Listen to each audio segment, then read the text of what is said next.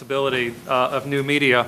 My sense is that if we had held this conference a few decades ago, maybe following the Ivan Boesky or Leona Helmsley or Bobbitt cases, my sense is the program actually would look pretty similar. We'd still have a Fred-friendly roundtable.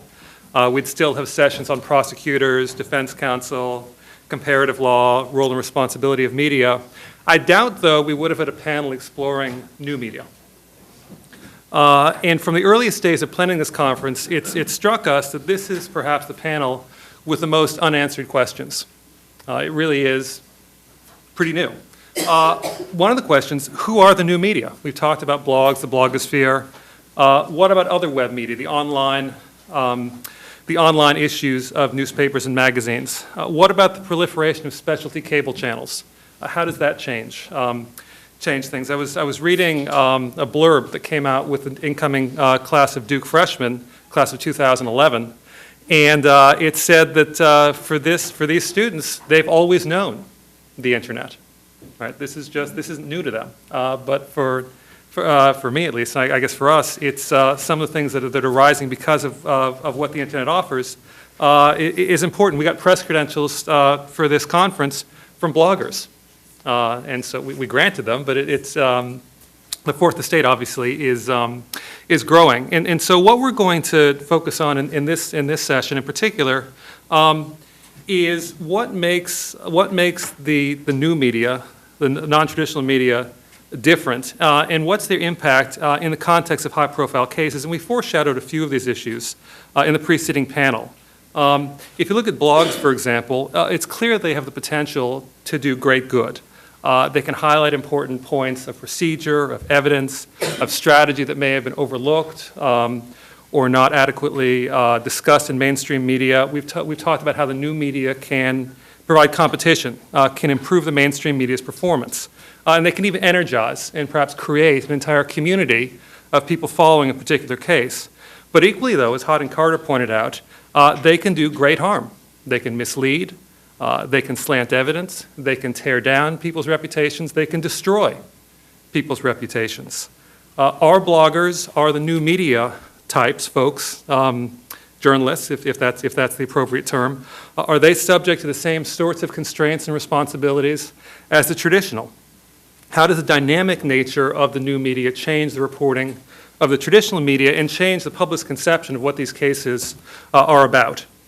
We've got a very, very good panel to discuss these issues. You've got the bios in your books. I'm not going to go into great detail about them, but briefly, Marcy Wheeler is a blogger. She blogged the Scooter Libby trial. She's blogged on political issues. She's also an author. She's also, I don't know if this is letting something out or not, but she's Empty Wheel. So if you see that's her pseudonym on the blogs. I don't know what an empty wheel is. It is a circle? I don't know.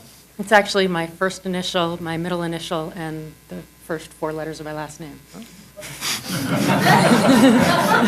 But it sounds Zen, and so it works in the blogosphere. I didn't know that. Marcy's going to, her presentation essentially is going to set the stage and explore some of the broader issues raised by new media, talk in some depth about what blogs are, how they operate. Second speaker is going to be Casey Johnson. Casey is a history professor at Brooklyn College. He was the originator of a blog called Durham in Wonderland, which has covered the both lacrosse case and Durham and Duke events in great detail. We've asked Casey not to talk about the substantive details of the lacrosse case itself, but rather to take his analysis up one level and to reflect more broadly on the role that blogs can play, and have played in high-profile cases. The last speaker is Kinsey Wilson. Kinsey is the executive editor of USA Today, and his career, as set out in the biography, really shows a career that has straddled the online media and the print media. And he's going to reflect on the impact of the new media on mainstream media, and also asked him to think about the question, is it really all that new, right? Or are we just attaching labels to things that have been around for a long time? Because this is such a dynamic area, and because the expertise and experience we have in the audience, we started off this morning with a speech. We then had panel presentations and discussions in the last panel. In this panel, we're going to have presentations, a little discussion amongst ourselves, but we're going to spend about half the time, actually, hopefully, in engaging Q&A with the audience. A lot of you have experience with new media, and I think it'd be helpful for all of us to share some of those, hear some of your thoughts. So with that, I'll ask Marcy to speak. Okay. In his article on the Scooter Libby trial, Max Frankel misrepresented the truth in an article defending the reporter's privilege.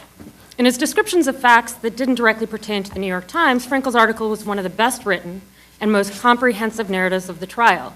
But when describing the role of Judy Miller, Frankel mobilized two errors of fact and an error of omission to portray Miller's involvement as just another one of her WMD leaks. For example, Frankel purported to describe Miller's testimony about her July 8th meeting with Libby, but in fact described the meeting as Libby had explained it in his grand jury testimony, particularly as it related to the document that Libby brought to their meeting. And in a 7,800-word article, Frankel never once revealed that Miller testified that Libby had twice leaked Valerie Wilson's identity to her. And he did reveal every other journalist who testified to having a leak. So I raised Frankel's article partly because I didn't want to disappoint Harding Carter. You know, I got to indict the media. But also to provide a stark example of how, even at moments when the press boasts of its importance in ensuring the free flow of information in our democracy, the press's institutional self-interests may trump that free flow. And there's a number of other institutional interests that I think will affect and do affect reporting. We talked in the last panel about money issues, but even, for example, the Justice Department just weighed in against net neutrality, which is going to have a tremendous bottom line impact on the big media. How is that going to affect the way people cover the Department of Justice? Yet more than self-interest limits the institutional press's ability to guarantee our democracy, whether in reporting on court trials or on other government functions. In Governing with the News, Timothy Cook shows the many ways in which the institutional character of the press contributes to coverage that is, in process and content, very homogeneous. He says, the news media, despite different technologies, deadlines, and audiences, are structured similarly in their internal organizations, the way they interact with sources, the formats they use, and in the content they provide. And I think we heard a lot of that in the last panel. I think Lauren was addressing that, Sylvia was addressing that, the degree to which the relationship between editor and reporter, your editor saying you've got to have something in this story today because the story is still ongoing, the need to follow what other people are defining as news. I mean, those all contribute to the kinds of packed journalism that can end up really blowing a story, as I think was one of the things that happened in the Duke case. There were instances of it in the Libby case. One more point. Cook shows that the institutional press remains largely unaccountable to its readers. Recent Pew polls support this, showing this year that a majority of respondents believe the press's stories are, quote, frequently inaccurate, and in 2005 showing that only 28% think the press cares about the people they report on. Yet the press clause, as those who invoke it readily admit, exists to ensure the free flow of information to citizens. As we discuss the role of public opinion in trials, it's important to remember the idea is to get as much information as possible to citizens so they can assess a case, rather than having the press judge a case and tell news consumers what they should think about it. New media, or as I'll refer to them here as non-institutional media, can serve as an important complement to the institutional media in covering trials and investigations. And I'm using the non-institutional media, I think, for several reasons. One is because it wasn't enough for the news media to go onto the internet to change the kinds of stories that got told. For a number of years after that happened, what you got was just repurposed content, and the relationship with the reader was the same, the structure behind it was the same. But I'm also obviously talking about bloggers, wiki contributors, even I think personal networking software, are places where stories about trials are getting told, and they are fundamentally non-institutional in the sense that I write for The Guardian and I have an editor there, but in general I don't have an editor. I don't have deadlines. I can either post or not post as I see fit. And I think that changes the way and the kinds of stories that you tell. And so I'm not saying that the non-institutional media is going to replace the institutional media. I think it's a complement, and I think in some ways it can serve to loosen up stories that have become really fixed. In one of their most basic forms, blogs serve as watchdogs on the press, pointing to contradictions, spin, outright errors in the narratives reported in the institutional media. That's where the Frankel bit came from. It was a blog post, pretty obviously. But to make such critiques, bloggers end up learning and providing ready access to evidence, and in so doing, they end up doing really what is original journalism. It takes a very different form, and that's one of the things that I think is its primary benefit. So 3 areas that I think are really important that are different are the kinds of sources they rely on, their genre fluidity, and open source investigation. For a number of reasons, non-institutional media rely much more heavily on documents than human sources. This is partly necessity. Bloggers have fewer sources and many are not in locations to cultivate them. I did all of my reporting on the Scooter Libby case from Michigan until I actually got to the trial. In addition, professions widely represented among bloggers, and I'm thinking lawyers, business writers, computer professionals, and academics, tend to have specialized skills in document analysis. Finally, document analysis lends itself to the kind of open source investigation at which blogs excel, and I'll come back to that in a second. Because non-institutional media focus much more closely on documents, they will find and tell different stories, and very often find things institutional reporters miss. For example, in the Libby case, I was the first person to report that Libby testified Bush and Cheney authorized him to leak the NIE. My then commenter, Jeff LaMonaco, and I were 2 of the only people who pointed out the inconsistencies in the story that Libby told about the NIE, which goes back to what Cheney ordered him to leak to Judy Miller. I was also one of the only people that reported that OVP started this campaign of research against, or renewed this campaign of research against Joe Wilson only after and on the same day that George Bush told Libby that he was concerned about Nicholas Kristof's allegations.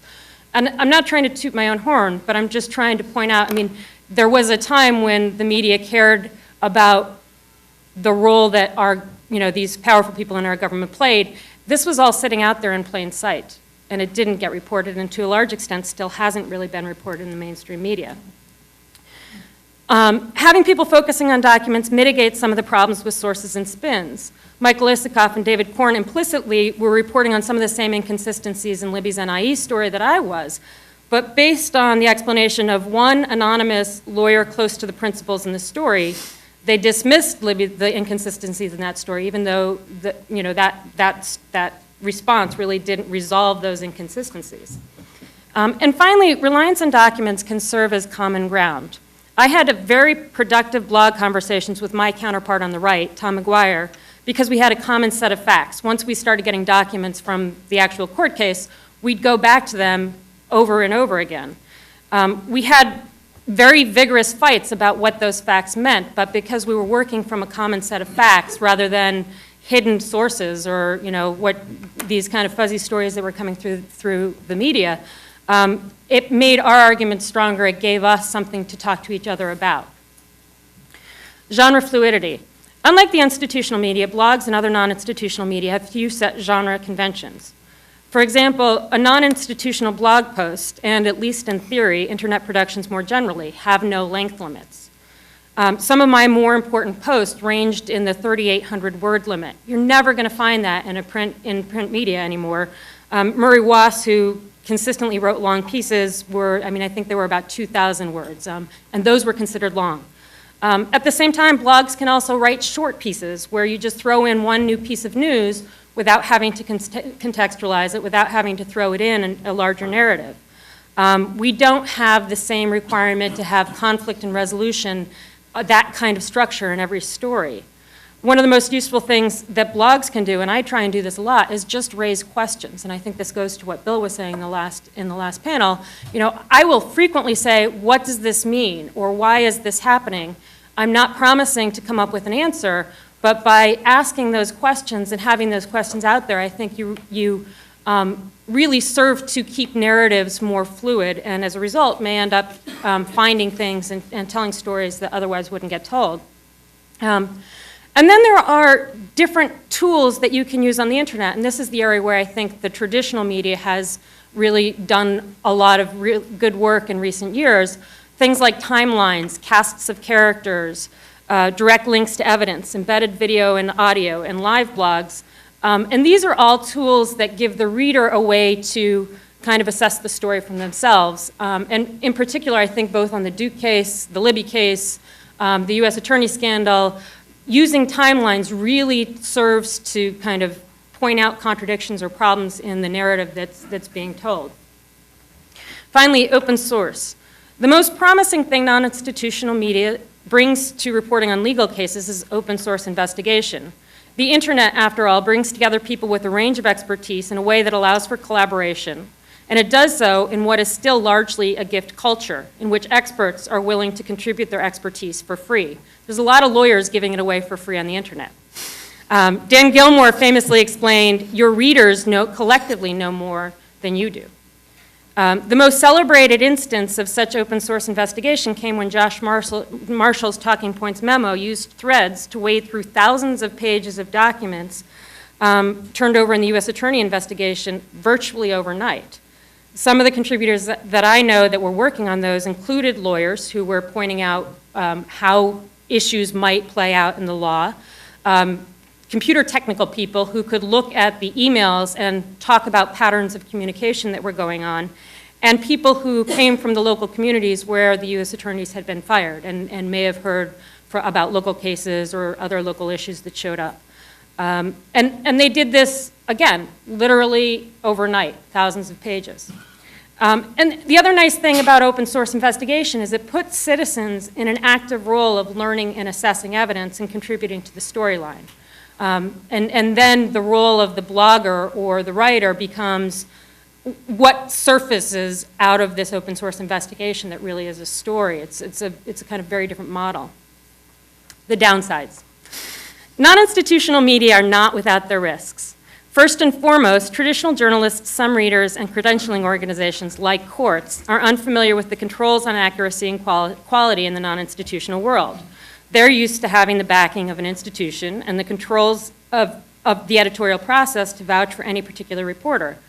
What actually happens in the blogosphere is that, because I agree that 50%, in fact, I would say more than 50% of what's out there in the blogosphere is crap. I'd probably put the number close to 80%.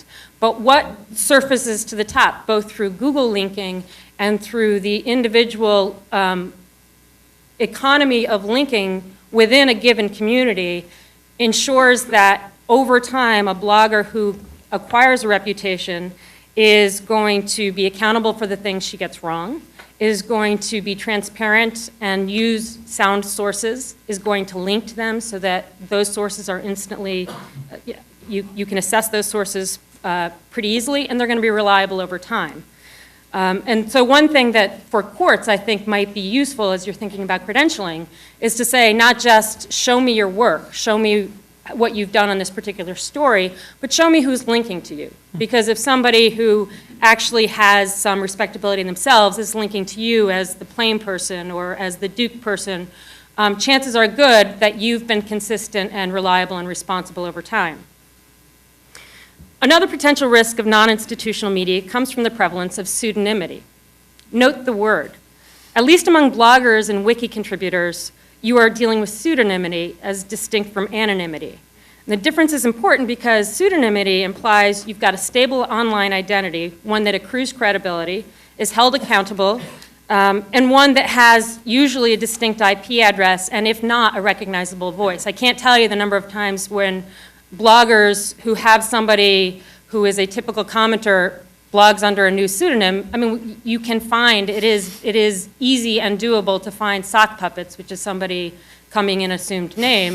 It happens pretty frequently, and when that happens, Daily Kos did it to a woman who was going to run for Congress in Michigan the other day, who was coming in under pseudonym and trashing her potential opponent. I don't think she's running for Congress anymore after having done that. The downside to getting caught lying about who you are online is pretty high, which doesn't remove the risk. For example, in Talking Points memo threads right now, there's a number of commenters who are purporting to be John Michael's family members. This is the co-defendant in one of the Brent Wilkes trials. And they're going on there and they're slamming Tommy K., who's the cooperating witness in the case. They say they're John Michael's family members. I can't tell you whether they're family members or not. I will say that their stuff has checked out so far, but I can't measure what their motives are for coming in and slamming Tommy K. That's not all that different from some of what you get with anonymous sources in mainstream reporting, though. I mean, there were a lot of leaks that obviously came from legal teams in the Libby case that were completely bogus. And yet, because they were anonymous, the readers could not assess motives. But pseudonymity, I think, makes that worse. But what happens with bloggers, at least, is because I do have commenters who are experts and who have something to offer to the story. For example, I've got a commenter who has specific information about White House servers that they're using for emails and has a couple that haven't come to the press yet. When I get something like that, I know who the person is over time. I know they've been reliable over time. I generally can find out who they are and have conversations with them as they're real people. The vetting process is similar to what you do with an anonymous source. And that's kind of where I would leave the pseudonymous people online and the anonymous sources. The risks are very similar. The vetting process is very similar. One thing that you have online is IP addresses. It's a lot easier. The guy, Lane Hudson, who outed Mark Foley online, got outed himself immediately, lost his job, all the things that we worry about happening to anonymous sources. But that's the reality of the internet, that nobody really is anonymous online. They're just pseudonymous, and you can track them down. One final word about a dynamic that serves as a check on some of the risks of non-institutional media. Well, bloggers and other internet production exist within a framework that is still largely non-institutional, and this is changing, frankly, and I think then bloggers will become useless when they become institutionalized. But they do exist within growing communities that have evolving but enforceable norms. So this is the dynamic, for example, and this is for those who are wondering how to control this thing, this is what really works to prevent, for example, bloggers from printing personal information. In the Scooter Libby trial, the letters that were sent in support of his sentencing, there were a number of instances where his kids' names were not entirely redacted out. And I was in a number of threads where people were like, hey, they forgot to redact, Susie and Bill, and started talking about his kids. Those comments were uniformly removed, either by moderators, by Daily Kos has trusted users that would zero the comment out, and that's typically what happens when somebody violates norms in the internet. But those norms are kind of community driven, so what you need to learn as you're trying to understand the internet is, A, what community does this particular blog exist within, and what are the norms within that particular community? Because there are parts of the blogosphere that wouldn't think twice about publishing somebody's home address or phone number. To end my comments, I'd like to quote from an FDL reader whose thoughts mirror what I heard frequently from Fire Dog Lake readers as I covered the trial. During the Libby trial, the links to the case files, et cetera, a lot of people talked about the legal discussions that we had online. We had 3 lawyers who were covering the case for Fire Dog Lake. Deepened my understanding of the judicial process, had me feeling that it really mattered if a peasant like myself understood what was going on. I felt part and parcel to the judicial process and found myself questioning, understanding, and appreciating what our Constitution and laws are based on. I recalled earlier that our country's tradition of access to trials and court documents is based on the premise that there's a benefit to allowing citizens to review the administration of justice in our country. And while I recognize there's a lot of skepticism about whether the average reader out there is competent or interested in doing so, I think blog coverage of trials is one of the things that really is A, making them competent, and B, making them interested, and C, making them believe they have a stake in it. Thank you. Thanks, Marcy. Can I ask just a quick explanation for folks who aren't familiar with blogs? If you could just describe briefly, sort of physically, what is it on the screen? And I only ask this because the first time I went on a blog was 6 months ago. So I'm pretty uninformed. It's kind of a reverse diary, if you will. So as you open up a blog, what you're going to see, if it's a single author blog or if it's a group blog like I'm involved in, what you're going to see is the most recent post. And then as you scroll down the page, you're going to find the posts going back in time. They're usually organized by category, so you can find, anything on the Scooter Libby trial or anything on the Lamont or anything on crazy things the Democrats did in Congress. And that's the way to negotiate through them. More and more blogs now have comments, so underneath a blog post, you can click on a button and go in and comment. And there's a lot of either moderation that goes on behind the scenes or, like I said, norms that kind of exist. And frankly, like Fire Dog Lake has its very own language. That, they've invented a number of terms, and people who go aren't going to understand what they're talking about. But generally, if people are using strange terms, you can say, what does EPU mean? And they'll explain it for you. And for a user, I mean, from my perspective, my costs, aside from my Pacer bills, which are growing astronomical, my costs are the domain name for our site, and that's it. So it's easy for people, the cost of entry is low. The cost of actually getting attention and getting accruing some kind of reputation really takes a lot of time and a lot of consistency and a lot of perseverance. So. Thanks. And just to add, the comment section, which was really eye-opening to me, can run up to several hundred comments depending on the blog you're in and such. And it may have nothing to do with the original blogger who posted it. It's this sort of, as Marcy said, this pseudonymous community out there. Okay, Casey? The LaCrosse case ended with two sort of unintentional commentaries on the role of blogs in the case. First, in the days after the exoneration, Jim Cooney, who was Reed Seligman's lead attorney, Brad Bannon, who was one of Dave Evans's attorney, both posted under their own name on the forum called Lie Stoppers, which was the major forum on the case, thanking the role of the blogs, saying that they read the blogs daily on the case, and asking for questions from posters on that forum, and they answered the questions in some detail and actually brought out some new information. Then a couple months later, in the aftermath of the Nifong ethics proceedings, the depositions for those proceedings were made public, the Nifong deposition and also the deposition of Sergeant Mark Gottlieb, who was the Durham police officer, who was the supervising investigator for most of the case. And in their depositions, both admitted that they too read the blogs on a daily basis to try to get a sense of what was going on in the case. And this provided some insight that both sides were reading the blogs. What I wanted to talk about was to sort of examine why I thought blogs might have had some influence in the case and whether this has relevance for other both high-profile and low-profile cases, and then talk a little bit about some of the structural issues that Marcy also raised. First of all, as to why blogs had influence here, and at least there are, I think, three reasons, and two would apply for most other high-profile criminal cases, and a third might. The first is what I believe is the uniform practice of traditional media to withhold the names of accusers in sexual assault cases.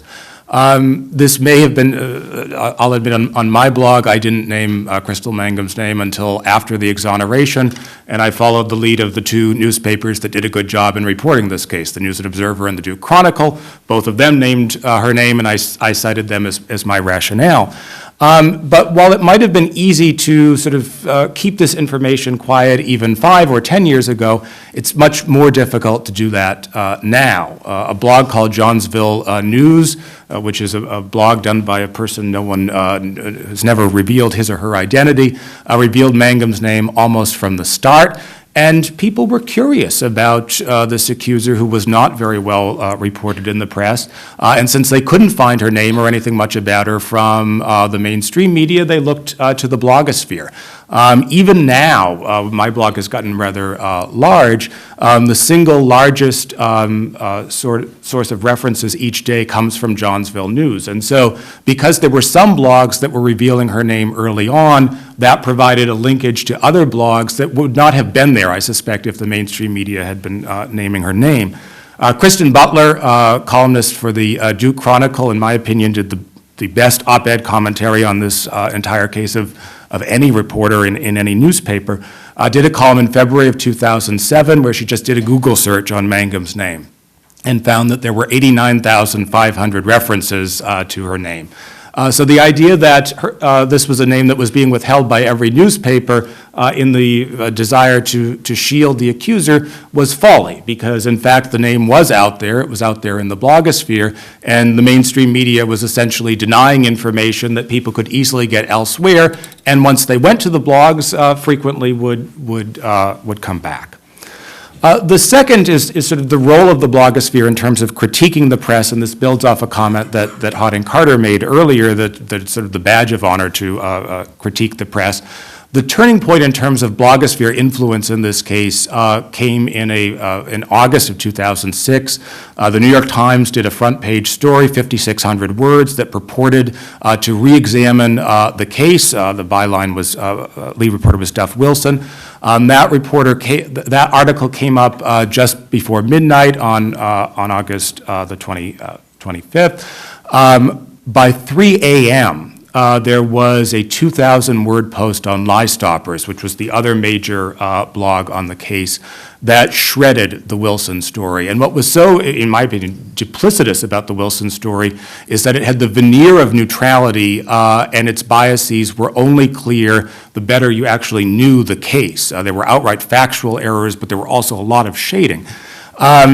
A number of other blogs criticized the Wilson story as well, and because the Wilson story was so obviously slanted, and because the blogs were able to critique it with access to facts and with links to documents, this gave the blogosphere, I think, a credibility that it might otherwise not have had. If it hadn't been essentially for the New York Times botching this story so badly, I doubt very much that blogs certainly would not have had the influence that they did. That said, there was also a relationship between the good aspects of the media and an increasing blog influence. I would cite in a different way from Harding Carter the role of the News and Observer. His coverage was sensational for most of the case. The NNO had a policy almost from the start of putting all case-related documents online. I was in Brooklyn when the case started. It wasn't easy for me to get documents. The News and Observer would have all relevant material. And so by May 1st of 2006, anyone in the country could see, among other items, the transcript of the procedurally flawed ID, where Mike Nifong was ordering the police to violate their own procedures. They could see the full police statement of the second dancer, which totally contradicted Mangum's story. And they could also see the full police statement of the person described as Mangum's driver. Only in Durham could a person of no discernible wealth have two private drivers, and no one seemed to find this at all unusual. And the driver's testimony also wholly contradicted Mangum's story. So the fact that North Carolina is a very progressive state with regards to open discovery, documents get to the defense, the fact that these documents were available enabled people to make intelligent commentary about the case, even if they weren't there. And then finally, I think blogs had an influence in terms of one thing where they probably do perform better than the more traditional media, and that is sort of specialized coverage that performs a kind of educational purposes. Academics was of course one. This is why in many ways I started my blog. But I wanted to highlight another blog that was very influential, I think, in the case, called Forensics Talk, which was run by a SANE nurse from Maryland named Kathleen Echold, who trained SANE nurses in her home state. SANE nurse is a sexual assault nurse. And if you think back to the spring of 2006, Mike Nifong didn't seem to make a statement in which he did not say, a specially trained nurse at Duke Hospital testified that there was a sexual assault here. And I suspect, this certainly was the case for me, I didn't know what a SANE nurse really did. I assumed that this was a medical professional. If a SANE nurse said there was a sexual assault, you would assume there was a sexual assault.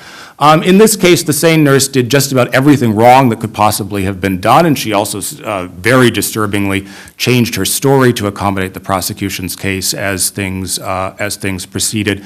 But the Echold blog essentially educated the public of how a SANE nurse should perform, and gave information to people to criticize, to understand how poorly the SANE nurse in this case had performed, and why people essentially should not have in any way trusted the testimony that the SANE nurse was giving.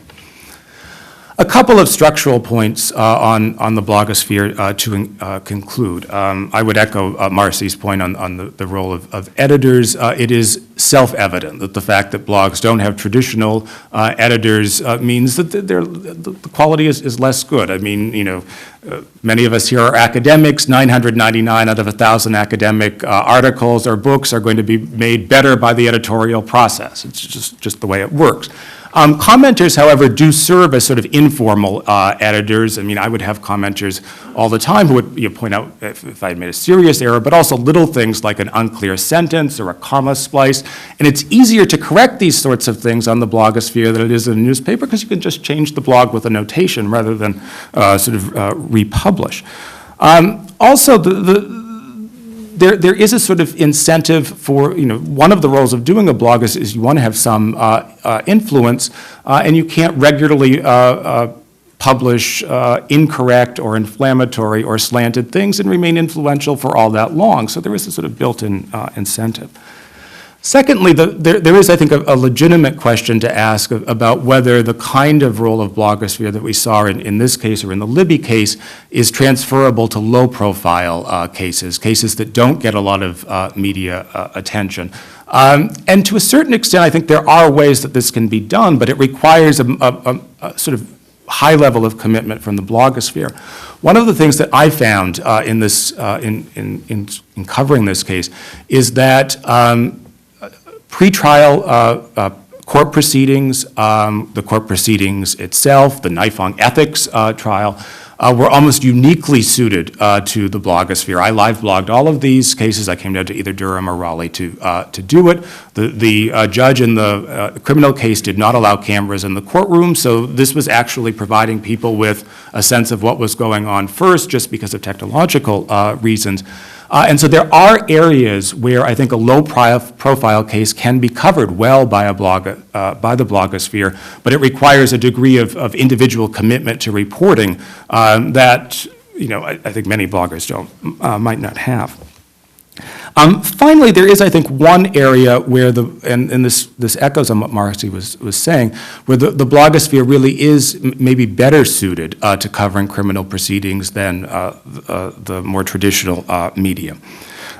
This Duff Wilson story that I was mentioning earlier, it used as its spine what was a transparently contrived document. It was a pristine typewritten document purported to be the notes of Sergeant Gottlieb that appeared months after the events they were alleging to describe. Gottlieb, for instance, claimed to have remembered a March 16th interview with Mangum in tremendous detail 3 months after that interview allegedly occurred, and his notes totally contradicted the handwritten notes of the investigator on the case. Gottlieb admitted that he had no contemporaneous notes in his transcript, in his deposition before the state bar. He said he did keep contemporaneous notes. He kept them on a dry eraser board, and these notes were accidentally erased, but he promised people they did actually exist. He criticized another police officer for failing to photograph the dry eraser board each night to record these contemporaneous notes. This would be the dog ate my homework excuse to police work. After the story was published, the Times story, which treated this this transparently contrived document as a credible source, the reporter Duff Wilson came back to some of the defense attorneys who were justifiably outraged, and said that he led with the Gottlieb memo because it was newsy. That was the adjective that he used. It had not been previously revealed. It wasn't his job to determine whether or not it was true. And there is this, and we heard about it from the first panel, this sort of competition for getting sort of leapfrogging in the more traditional media. So much of the coverage of this case, and I think we saw it in the Libby case as well, did not involve leapfrogging, but it involved critically analyzing new information in light of what previously had been said, either by Nifong or by the Durham police. Corporal David Addison, the spokesperson for the police, basically engaged in a serial program of slander. Duke administrators, the Duke faculty, some in the media. And that's an area where I think the blogosphere actually is very well suited because it is document-based and because it doesn't have to produce constantly newsy items. And given what we saw from the Times in this case, maybe newsy is not always the best way to go. Thanks. Kinsey?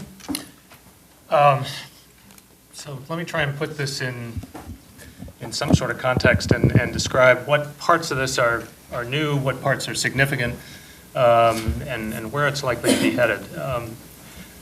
What's been overblown, I think, not on this panel, but certainly in the general debate about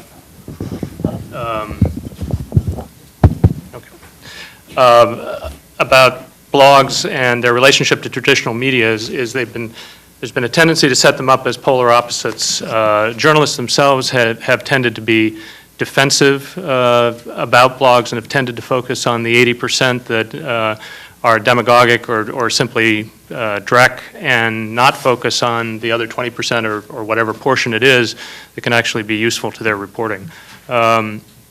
We've taken a very different tack in our newsroom and tried to view what's out there as simply an aid to the legwork that we inevitably have to do as reporters. You've got other eyes, other people digging into documents, using their own expertise to shed some light on an issue. And with any other kind of reporting, we should treat that as a potentially valuable resource and be much more conversant in the tools and the resources that are out there by virtue of the internet. Another issue that came up in a couple of the other comments that I think is not central to all of this is the notion of speed. The problem of speed in journalism has been around a long time. When there were 4 newspapers being published in Chicago and each of them had 3 or 4 or 5 or 6 different editions daily, there was constant competition to beat others. It is accentuated, I think, with television, where there's the issue of dead air and constantly having to fill and no opportunity to pause. But I think the 24-hour clock of the internet actually provides some relief from that. As somebody who is publishing 24 hours a day, 7 days a week, we're very conscious of the opportunity to simply pause and let a story develop a bit. Yes, it's competitive. Yes, we watch other national news websites very closely and we try and stay current. But there's no dead air. We can simply stand with the story that we have at a given moment and wait until we're able to check into it further if we have concerns about its veracity.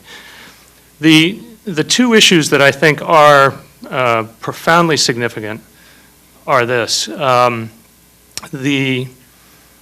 are in the midst of a technological revolution that is really without precedent since probably the invention of the printing press. And it is having a dramatic influence on the business model that has supported journalism for decades, if not longer. And that business model is under direct assault. The foundation of sort of the economic model for journalism was really around the control of a distribution channel. There were high barriers to entry. It took a lot of money to buy printing presses or to get broadcast spectrum and to put the entire apparatus around that you needed in order to report the news. And whether you held a monopoly position or you were in a competitive market, there were only so many entrants who could get in there. And your control of that distribution channel gave you audience and allowed you to command a very valuable platform for advertisers. Those barriers to entry have been leveled or in the process of being leveled. And we're seeing the direct economic consequences of that. Classified advertising, which was a critical part of most newspaper operations, is in the process of evaporating. A lot of it has moved online. There may even be threats there in terms of the model that newspapers and others have developed around that. Display advertising is at best increasing very slightly, is flat in many places, and is declining in a number of particularly local markets. And even circulation revenue, the quarter, the 35 cents, the 50 cents you drop in the box, I think is ultimately going to be under assault. If newspapers hope to maintain circulation, there's probably going to be downward pressure on price, or they'll go the other way and raise price and choose to serve a very select audience. All of that is reflected in the layoffs, in the declining stock valuations that we've seen. My company, Knight Ridder, Tribune, Knight Ridder isn't around anymore, have all seen their stocks decline by anywhere from 35 to 50% since they reached their peak somewhere in 2003, 2004. But it's not just a problem of publicly traded companies either. The St. Petersburg Times, which is owned by the Poynter Institute and is not a publicly traded stock. The Guardian, I believe, which is held by Public Trust, if I'm not mistaken, in Great Britain, are experiencing the same problems. And it's, I think there's some tendency within the industry to say, well, they've enjoyed really high profits, 20, 25, 30% margins, they just have to accept a lower margin. Even at papers that have maybe a 10% margin, if you increase expenses 4% a year and your revenues are flat or declining, you'll be in the red inside of 3, 4, 5 years, depending on how you do the math. So there is a cliff that can be reached very quickly, and that's the problem that's staring all of these media companies in the face. The other issue, and it's very much related to that, is the question of changing media consumption habits and how the audience is interacting with online news sites, with printed product, with broadcast television, and so forth. I guess the most significant aspect of that is the extraordinary range of voices, sources, destinations that are available to readers now. And increasingly, their tendency to be able to find those, seek them out, and not go to the traditional walled gardens that were our institutional media sites. The first 10 years of the internet, we tended to replicate what we had done in broadcast and print, and we created these walled gardens, and we published the same kind of news in those. In the last 2 or 3 years, with the advent of really simple syndication and other ways of distributing content, essentially we're going from a universe where we control and contain the content to one where content is widely distributed, and we're trying to draw people back to our sites. It means that you lose a certain amount of control that you have over editorial content, and it means that if you're going to be successful, you have to be just as aggressive about linking out and being reciprocal in that relationship as you are in trying to draw traffic in. The impact on the audience is that it, I think, raises, they're being exposed to a mix of news, opinion, advertising, propaganda, press releases, comedy, all kind of mixed together, and it puts a much greater burden on the individual to try and sort through all of that and determine what's fact-based news reporting, what is analysis, what is completely outside that realm, who's behind all of this. In my view, that opens up a tremendous opportunity for professional journalists, and our role, I think, over time changes from one of sort of singularly reporting the story and putting our individual stamp or byline on it, to one of helping people interpret the vast sea of information that's out there and assess its credibility and determine what can be trusted and what can't, and where a story is in the course of its development. I think one of the great benefits that we've begun to realize from the advent of the blogosphere is we're moving, I think, gradually from a position of publishing stories that purport to be definitive at any given moment when they're published, which becomes problematic when you're doing it 24 hours a day, to one of a more contingent style of journalism, where you report what you know, but you also try to be as transparent as you possibly can about what you don't know. And you help the reader understand how a story is unfolding, what documents are available, if a prosecutor makes a statement, how effectively it's backed up, or whether you even have insight into that at the moment that it's being reported as news. And the more we can telegraph that and create a sense of transparency around the news, I think the more success we'll have in restoring public confidence in what journalists do. The problem is that that's even more resource intensive than probably what we've done traditionally in the past. And so you've got sort of two contradictory forces at work. The the proliferation of the tools that have made it possible for anybody to publish and increasingly anybody to acquire audience are undermining the very business that has funded professional journalists. And so trying to find the resources within the newsroom to be that much smarter about how to publish on multiple platforms and so forth is a real challenge. It will be interesting to see what happens. I think one of the effects of the internet is that it will force news organizations to be incredibly selective about what they choose to cover. It makes no sense to be one of 100 or 150 news organizations that are writing exactly the same story when you can, without cost and without effort, link to another news organization that has written the same story. You either need to bring additional value to that story or be off covering something else that nobody else is writing about. Will that eliminate the sort of pack journalism that we've been talking about here? I'm not sure. There are other sort of countervailing pressures that I don't know if we're going to see the elimination of the pack or the pack is just going to get a little bit smaller and not as well staffed and not as well resourced and not able to do its job even, at the level that it's doing today. So we'll see. I'll leave it there. All right, stay tuned. Okay, thanks. I've got actually a bunch of questions that I'd like to ask, but I want to open it up first. Because this is being webcast, for folks who have questions or short comments, it makes me a bit odd since we're all in a classroom, but I'm going to have to repeat them and then turn it to the panel. So, sir? With respect to the comment made about how perhaps the blogging is a good thing because we got to hear the name of the accuser. I'm from Canada, and the law in Canada, as a result of a decision of the Supreme Court of Canada, upheld a provision in our criminal code that says under no circumstances may one publish anyone, media, blogger, doesn't matter, publish the name of an accuser in a sexual assault case. And the rationale of the court was that we don't want women in particular to feel that they can't come forward without being absolutely guaranteed that they will not be outed.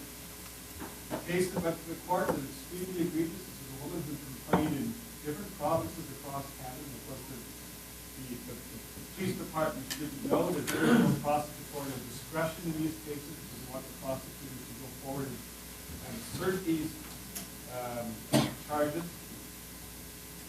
And I'm wondering whether there might be some benefit in thinking about, if the traditional media say we don't want to publish the name of the accuser, I'm wondering if the bloggers are really doing us a favor, given that there's this countervailing interest that I think most people agree with, that we want to media to feel that they can come forward without any fear that they're going to be arrested. All right, so if I can just summarize, the comment was that in Canada, under no circumstances can the name of an accuser in a sexual assault case be made public. And are there any benefits to having this in the U.S. this differential treatment? I didn't take the point to be that it was a good thing. That it was available on the internet, but that you've got this disparate treatment, and the new media is not operating under the same code, you might say, than the traditional. But with that, let me turn over. Any thoughts on the panel? I admit I started this case. I did not use Mangum's name until the exoneration actually occurred. I didn't know that it was a good thing. I was actually rather surprised that this blog did it. I admit I've had a change of heart on this issue for two reasons.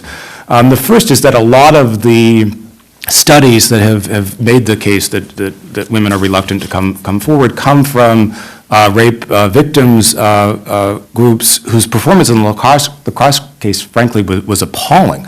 And it sort of raised questions for me as to how non-biased their coverage is of other things. Secondly, as someone who got to know the defendants reasonably well in this case, it does seem to me that there really should be a question asked by the media as to whether its job is to withhold information in such a way that makes people accused of a crime appear more guilty. And let's be blunt. I mean, if you describe someone as an alleged victim over and over and over again in the media, or as a victim, as frequently occurred early on in this case, it creates an impression that a crime occurred. And sexual assault is a crime that's different in this respect from murder. I mean, if in a murder, if the person's body has been found, we know that a crime has occurred. In sexual assault, frequently the issue is, did a crime actually occur or not? And so I'm very, in the aftermath of this case, one thing that I took from it is that I'm not sure that it's the media's job to report the news in such a way that withholds information, given that the media generally likes to publicize information, except in very rare circumstances, and secondly, invariably makes a defendant more likely to appear guilty. If, on the other hand, the media had a practice of not reporting the name of either the accuser or the accused, that would be one thing. But I didn't see too many mainstream papers not report the names of Dave Evans, Reed Seligman, and Colin Finnerty. Marcy, let me sort of flip it over to you for a second. I mean, what's your sense of, you were talking about norms. It doesn't seem strange to us to talk about responsibility or code of conduct for journalists.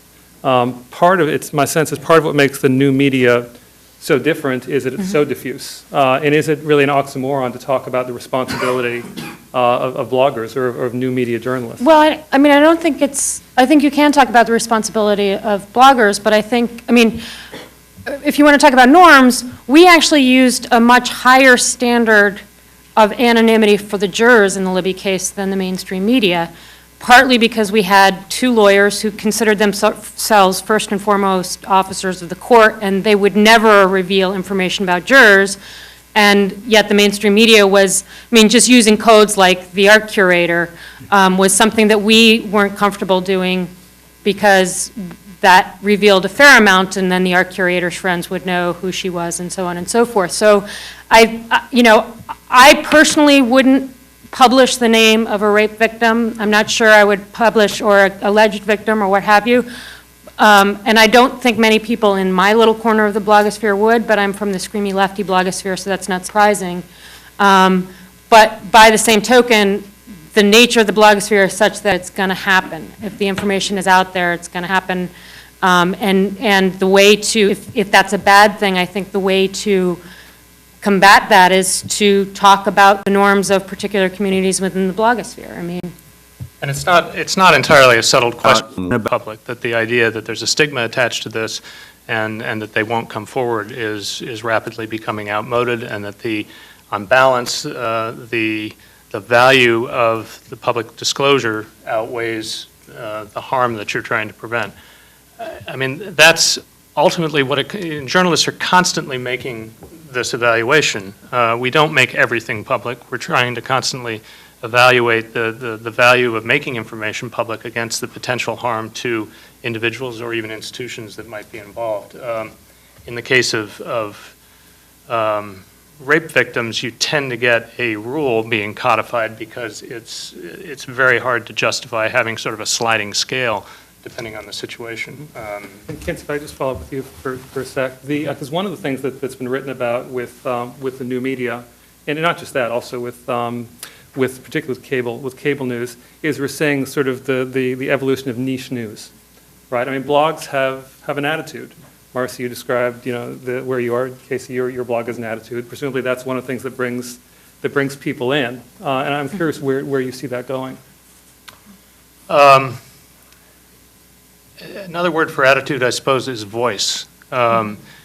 We publish a blog called On Deadline, whose purpose is to report breaking news and call your attention to maybe slightly to items that are slightly off the sort of the main horizon of what's being reported in the course of the day that you might otherwise find of interest. It has a very particular voice, but it doesn't have attitude per se. And it's objective, and it's fair, and it's fact-based. But the voice is essential to its popularity. If it were a series of sort of column briefs, wire service briefs that were merely stacked on top of one another, it would fail in a minute. So one of the challenges I think we have as established media is trying to change the voice and sort of move from the traditional voice of authority that we've adopted for most of our news delivery and figure out other ways to kind of modulate that voice. Okay, what I'd like to do, let me take actually, if I can throw out a quick question then get to that, because this sort of flows out. I'd be curious to hear from folks in the audience who are journalists, the extent to which blogs change the way you report stories. I mean, is there a real dynamic going on here? Mm-hmm. Well, I just want to give an example I heard in Singapore by a journalist who's trying to cover China at a time when a lot of news organizations are cutting back on international coverage, unfortunately.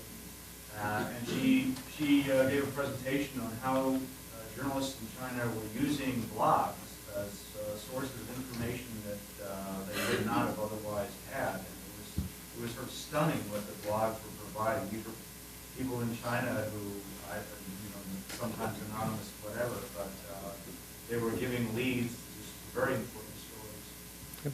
Okay. So you had a question? It wasn't about. That's all right. I didn't see a sea of hands. So. Two very quick related questions about the relationship between new and old media. As I understand, one of the thrusts here is what keeps the new media credible or can. And the blogosphere can, the ombudsman role can. Occasionally, but the ombudsman role is after the fact. Occasionally you find mainstream media telling us about the workings of the news in advance of the fact. The only example I can think of, though, is a little bit past tense. When Leroy Seavers was working with ABC Nightline, he would send a daily email out to any who would like it. And it was not just, oh, tune in tonight, this is what we're doing, but often it was, we're in the middle of changing our minds about what we're doing because this is happening and that's happening. And sometimes it was even, I'm embarrassed that we're doing this because we recognize you might want to hear about that, and I think we should be talking about this more serious story instead. Anyway, so do you know of any other mainstream media that do the equivalent of that, give us a little sense of the sausage making, as ugly as it might be, while it's going on? And the more whimsical story about the relation is of the 20% or whatever percent of the blogosphere that you see as very credible and very helpful, what percent of those folks would look forward to being corrupted by a full-time journalism job in the old media? Okay, so two questions. The first was essentially what keeps the new media credible. The second is do the 20% of bloggers who are above the line or credible, are they looking for a day job? I can answer the second one, which is I've been offered jobs by the old media and turned them down and declined to apply for other ones that I was asked to apply for. So from my perspective, I'm more interested in finding a business model to make blogging work, to retain voice, to retain community, to retain some of the things that, provided we don't get too institutionalized ourselves, I think really do bring a consistent value aside from, that is a different model than traditional journalism. So from my perspective, and I think there are a number of people, I've had conversations with some prominent bloggers as well, and bloggers are beginning to pay the bills. Not everybody, but Josh Marshall pays 3 blogger journalists. Marcos is profitable. Marcos Daily Kos is profitable. Atrios, Duncan benefits from a very high-priced ad that the person who buys the institution that buys the ad knows that it's very high-priced, but it's a way of keeping him afloat. And so there's I think what will be interesting, and actually going back to the old media and the business model for the old media, I suspect that if McClatchy is smart, McClatchy could become this kind of disembodied online news source that has a lot of credibility, and because it gets so many links from the blogosphere, pays the bills that way. They're not there yet, but I think that's another model. McClatchy's kind of, they've been at the lead of enough stories that people look to them, and of course the war reporting as well. So that's kind of. I think you are likely to start to see the two converge to some extent. blogs at one level are simply a publishing platform. They've adopted a whole different sort of vernacular and voice than traditional media, but it's a simple, easy tool to use, and established media has already adopted it and would be foolish not to take advantage of those tools and begin to actively explore sort of the opportunities that lie in the different forms that at their best have been adopted by bloggers. There are a number of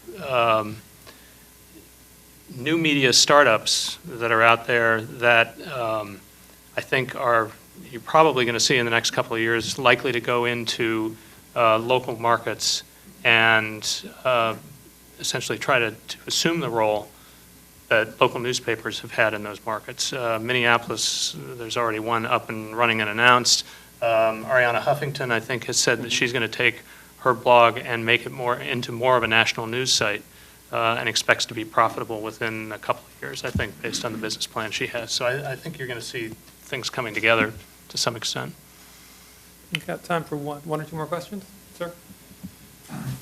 There are a number of us as attorneys who do public policy work, especially given the lack of concern by the administration for safety issues, whether it's mining or airline or rail, whatever. Most of our cases are typically low profile but very important cases. The traditional media they can't find a voice to handle them. It sounds like we would have a wonderful opportunity with the new media. The problem is, how do we link up to that good 20% to make a useful partnership between we who want to make sure that the facts become public so policy gets shaped, but without stepping in those little landmines that are out there. Okay, so the question was, for public interest work that might be on mining safety or health, that's low profile, but has important public policy implications, how do they link up with the 20% of blogs that we, I guess everything's the 80-20 rule, isn't it? Now I'm going to get in trouble when I go back into the blogosphere. They're going to be like, 80%? Why did you do that? It's 20. But and if I could sort of add to that, what makes a blog successful? So how do you make these linkages into issues that perhaps don't get the mainstream media coverage they deserve? And then how does that blog create its own community?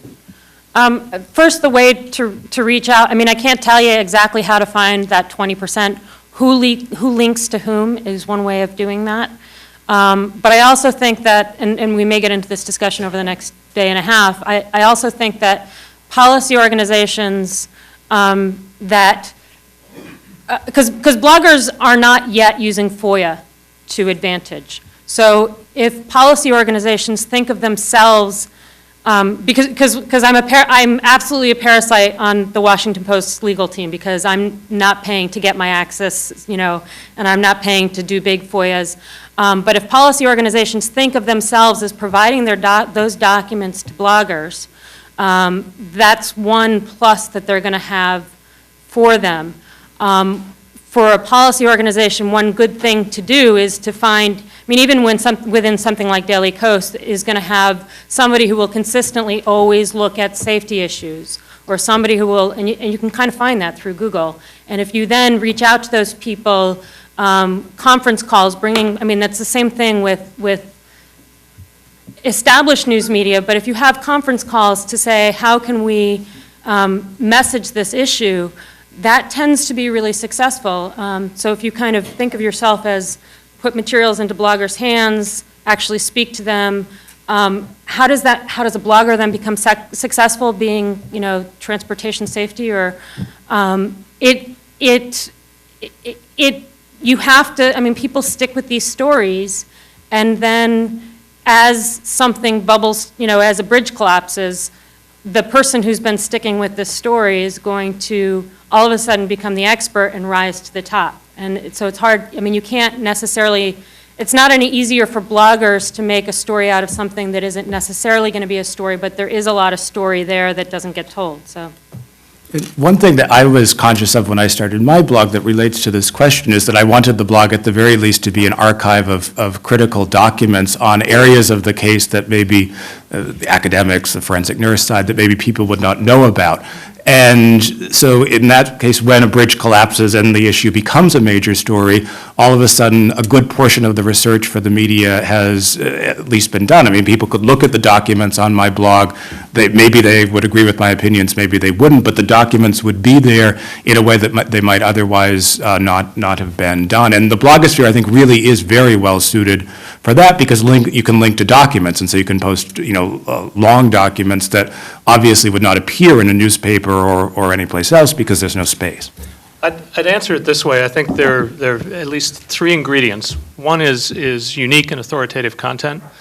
Another is intelligent, aggressive linking out. And the third is a relationship with the audience that you develop.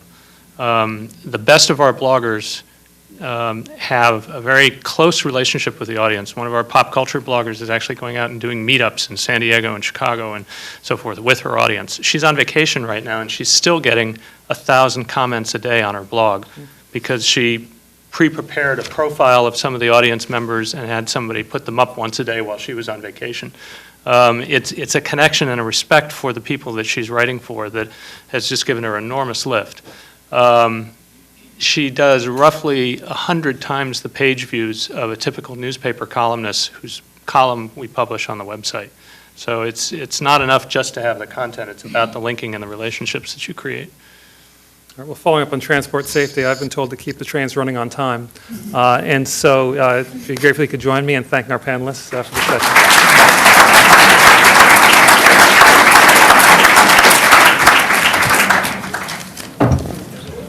We'll take about a 15-minute break to set up for our next panel because we have to change the table configuration. There is lunch out on the loggia.